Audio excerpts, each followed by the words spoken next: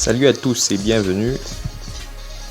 Aujourd'hui, je vous propose en étude biblique une nouvelle vidéo sur le thème intitulé « Le parler en langue », dont nous nous intéresserons notamment à la définition, l'illustration et enfin nous dirons ce qu'il est et ce qu'il n'est pas.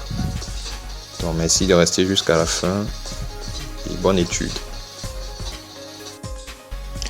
Pour la définition du parler en langue, nous pouvons facilement nous repérer dans Corinthiens chapitre 12. Il y a plusieurs versets, nous irons verset après verset. Dans le verset 1, on dit « Pour ce qui concerne les dons spirituels, je ne veux pas, frères, que vous soyez dans l'ignorance. » Verset 4, « Il y a diversité de dons, mais le même esprit. » Verset 10, « Un autre le don d'opérer des miracles, un autre la prophétie, un autre le discernement des esprits, un autre la diversité des langues, un autre et enfin le verset 11, un seul et même esprit opère toutes ces choses, les distribuant à chacun en particulier comme il le veut. Et si on veut donner le rôle en fait, parce que parler en langue c'est l'un des dons de l'esprit, on peut se référer au verset 7 qui dit « Or à chacun la manifestation de l'esprit est donnée pour l'utilité commune ». Donc si on veut faire le bilan ou bien une petite conclusion ici, on peut dire que parler en langue est l'un des dons spirituels, tout comme le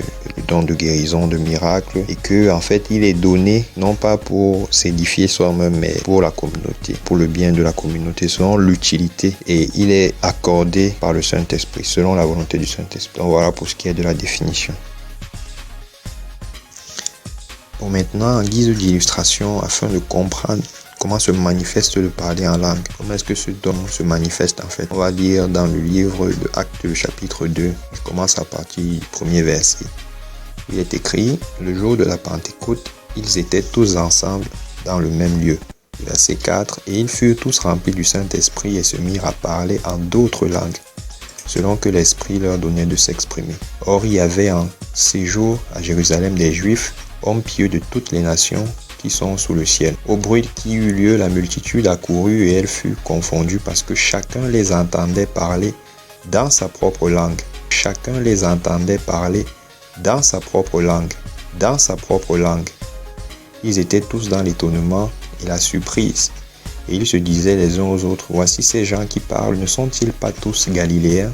Et comment les entendons-nous dans notre propre langue à chacun, dans notre langue maternelle, propre langue à chacun, dans notre langue maternelle. Les versets qui suivent, ce sont les différentes langues qui étaient parlées par les apôtres.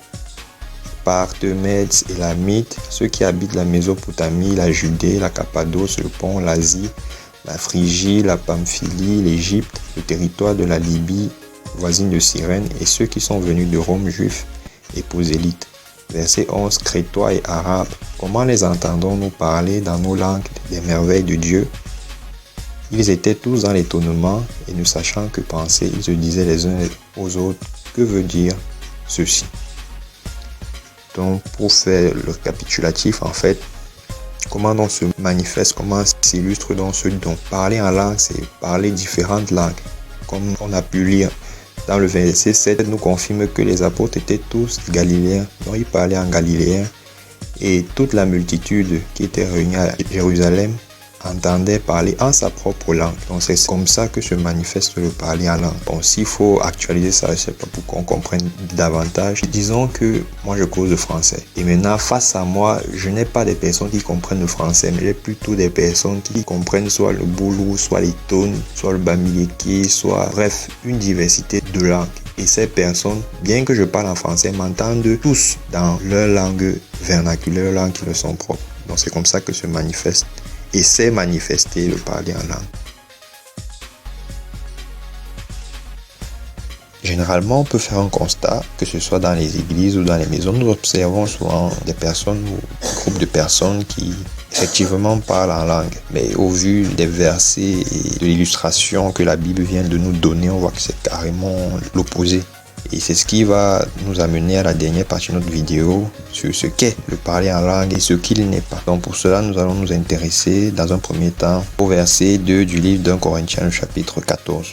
Dans le verset 2, le texte qu'ils utilisent généralement, c'est « En effet, celui qui parle en langue ne parle pas aux hommes mais à Dieu, car personne ne le comprend et c'est en esprit qu'il dit des mystères. » Mais le texte ne s'arrête pas là.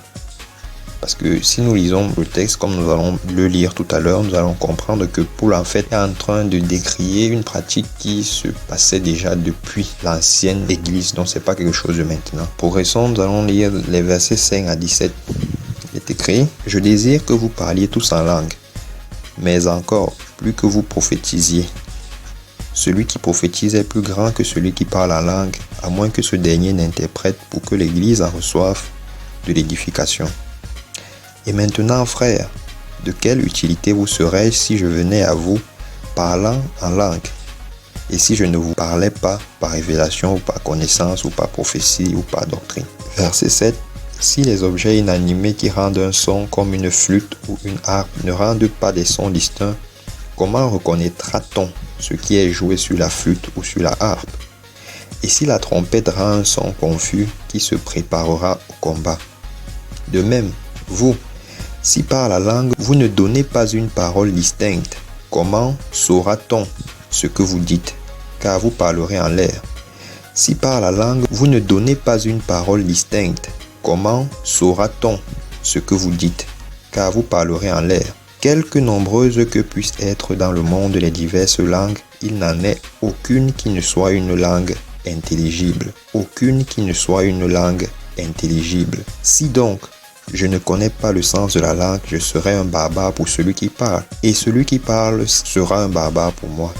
De même, vous, puisque vous aspirez aux dons spirituels, que ce soit pour l'édification de l'Église, que vous cherchiez à en posséder abondamment.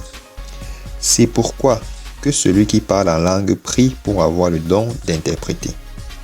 Car si je prie en langue, mon esprit est en prière, mais mon intelligence demeure stérile. Que faire donc? Je prierai par l'esprit, mais je prierai aussi avec l'intelligence. Je chanterai par l'esprit, mais je chanterai aussi avec l'intelligence. Autrement, si tu rends grâce par l'esprit, comment celui qui est dans les rangs de l'homme, du peuple, répondra-t-il Amen à ton action de grâce, puisqu'il ne sait pas ce que tu dis? Tu rends, il est vrai, d'excellentes actions de grâce, mais l'autre n'est pas édifié. Au verset 27, en est-il qui parle en langue, que 2 ou 3 au plus parlent, chacun à son tour, et que quelqu'un interprète?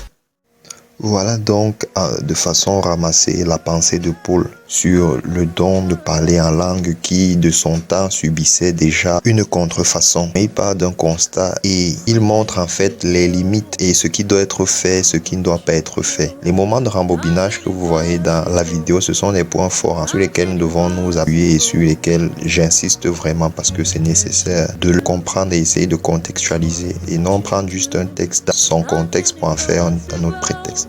Et à présent, nous sommes arrivés au terme de notre étude. Merci pour ceux qui sont arrivés jusqu'à la fin. J'espère que cet échange vous aura apporté un plus sur ce que c'est le parler en langue, ce qui n'est pas, son illustration d'après la Bible, bien sûr. On se prend plus tard pour une nouvelle vidéo. Merci, à bientôt.